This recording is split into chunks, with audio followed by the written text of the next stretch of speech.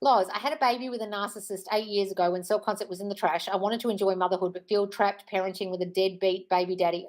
Jesslyn, if you keep saying they're like that, they'll turn up like that. He's turning up like that because that's how you think he is. So he's a narcissist. He's a deadbeat. Do you watch me? Because you're describing it all the wrong way. Who's extremely disrespectful and never helps. That's because of you. He got married shortly after he disappeared on me during the pregnancy, and he likes to tell me I'm a bitter, jealous baby mama. You sound like it. And a single mum. It's exactly what you sound like. I agree with him. He literally doesn't help with our son at all. I probably wouldn't either. We were together 3 years on and off. Jesslyn, he's parroting back to you, just like I am, your thoughts about yourself. He's a deadbeat. He doesn't respect me. I don't get respected. I'm not even respecting your question. Guys, you've got to understand, you attract narcs with your shitty fucking self-concept, and now you're blaming him for turning up that way. He just treated you how you felt about you. So, Jesslyn, how did you end up with a person who treated you badly from the start, was never really there for you, disrespected you? You decided to have a child with him, did you? You decided to go with through the whole pregnancy and have the baby with them. Why? Probably because your self-concept was in the fucking trash when you met them. So why are you blaming them for the way they showed up when they were literally just reflecting your deep core feelings about you being not good enough from the start? And now you're calling him a deadbeat dad. You had a baby with him, did you not? Didn't you choose to do that? Was that not your choice? Guys, you've got to, look, if you've chosen a person, you fucking chose them. Yeah, you did. Okay, so you fucking chose them. You're going to eat that. Oh, wow, I made a really shitty choice of a person here when I had really shitty self-concept, and they're reflecting still my old self-concept. So I need to change my thinking about myself and about them if I expect them to change. But you haven't changed your thinking about them at all because you're describing them as a deadbeat, describing them as a narc, describing them as disrespectful. So how expect them to change? So he's going to turn up not giving you money for your kid, not respecting you, hanging out with his new wife, not giving a shit about you and your family, not respecting you or being there for you, treating you like crap like he did before. What happened to you as a kid, Jesslyn? Instead of telling me all about him, tell me about you. So how did you end up with such a dickhead? Tell me about your childhood. Like, did your dad leave, or you just feel not good enough, or you're abused? One of the three. I'm not blaming you, but I'm trying to get out of you the fact that I'm trying to get you to see that the way you're describing him is how he'll show up. If you don't change the fucking story, they won't change. I don't want you ever describing him like that again to a friend, to a relative, to your mum, to your dad, to the fucking postman. You don't describe them like that anymore, ever again, not even in your own brain. Nope, both of my parents were and still around. Okay, so why did you end up with a person like that? Are you a massive people pleaser and overgiver? Do you feel not good enough in yourself? Something's going on. It's not just abandonment that does that. It mostly, when you attract a narc, it's because you're a people pleaser and overgiver because you don't feel good enough in yourself. That's normally what it is. That's how you get narcs, not getting abandoned. So what happened to you as a kid where you feel not good enough about yourself? Either you were compared to other kids, or you were dyslexic, or something was different about you, or you moved around a lot and you never felt like you had enough friends and you felt like you were alone a lot, or your mum was a massive overgiver and so you're just copying her, thinking that's what love looks like. Or your parents didn't have very good self-esteem, very good self-concept, so you're just the same. What happened there? Nothing happened, just thought I was in love. No. You don't attract a narc unless there's something in you that allows you to be treated badly. So what allowed you to be treated badly? Why did you put up with that? I'd call bullshit. Bullshit. Now he doesn't even have to be a dad. He just runs free. Well, that's your belief. You obviously haven't watched me much. Are you new? Because you're not getting this. You're not identifying how that happened. And I'm not blaming you. Well, you can cry all you like. It's not going to make any difference. I'm not going to have sympathy for you because you're crying. I need you to hear this. Do you want to change, or you just want to be a victim? That's how you ended up with a narc, because you're a victim. So you can be a real victim in life and think things happen to you, right?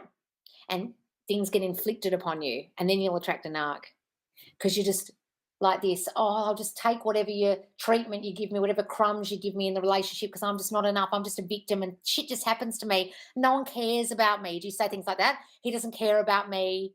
He's not there for me. Are you just walking around all day feeling sorry for yourself, crying, being a victim, boo-hoo? Are you doing that? Because that's why he treats you like that. And that's why I'm talking to you. Can you understand why I'm talking to you the way I am? So you got to understand, guys, even through the screen, I can feel your victimhood and I'm going to treat you and talk to you accordingly. So think about how someone treats a homeless person.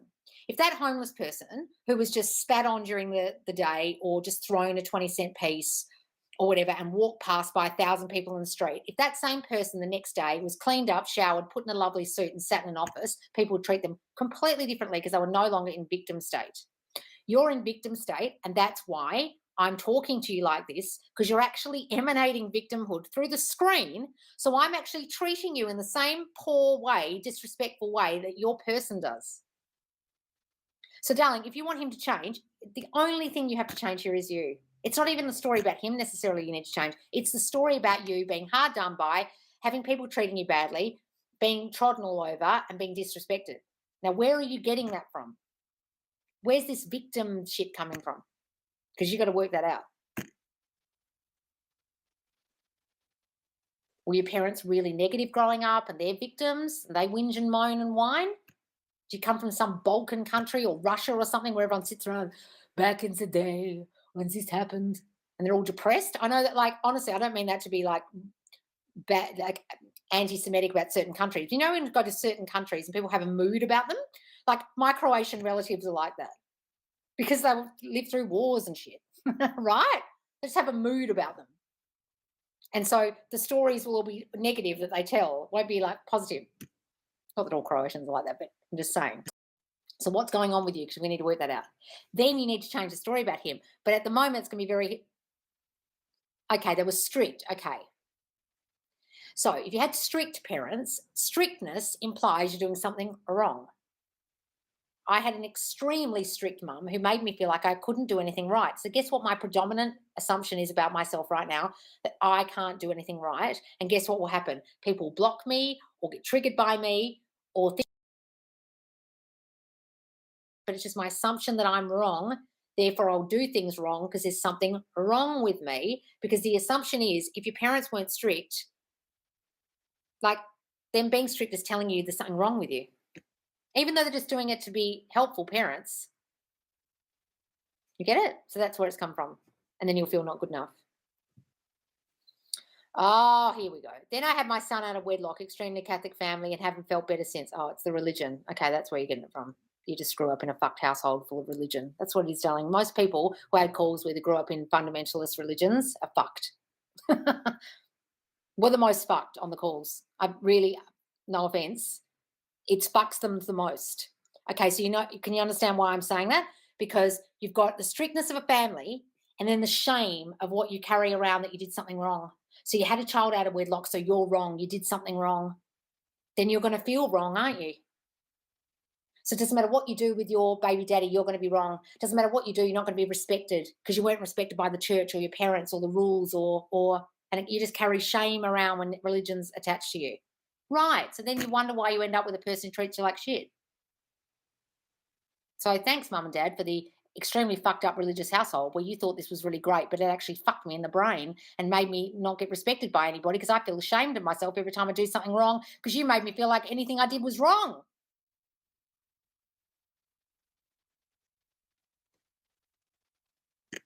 Mm-hmm. So you're going to assume that having the baby was wrong. So why would he stay in a situation that was all kinds of wrong? So until you change that story that what you did was right and you made the right choice, he won't come back or be good to you because you're disrespecting your own choice, yourself and what you did and carrying a whole lot of shame around. So how's he going to treat a person with shame, a victim, a shamed person, a belittled, shamed person? Isn't he going to treat you badly because that's how you feel about you? So what's it got to fucking do with him? He could at least help at least. Oh, I'm a victim still. He could at least help. No, Jess, you've got to fucking change your thinking if you want him to change. He's not going to help you while you're in this. I feel fucking sorry for myself. I'm a whingy, whiny victim. I'm not helping you anymore. You're not listening. I've spent enough time. When you get out of victimhood, let me know. Come back on the next live.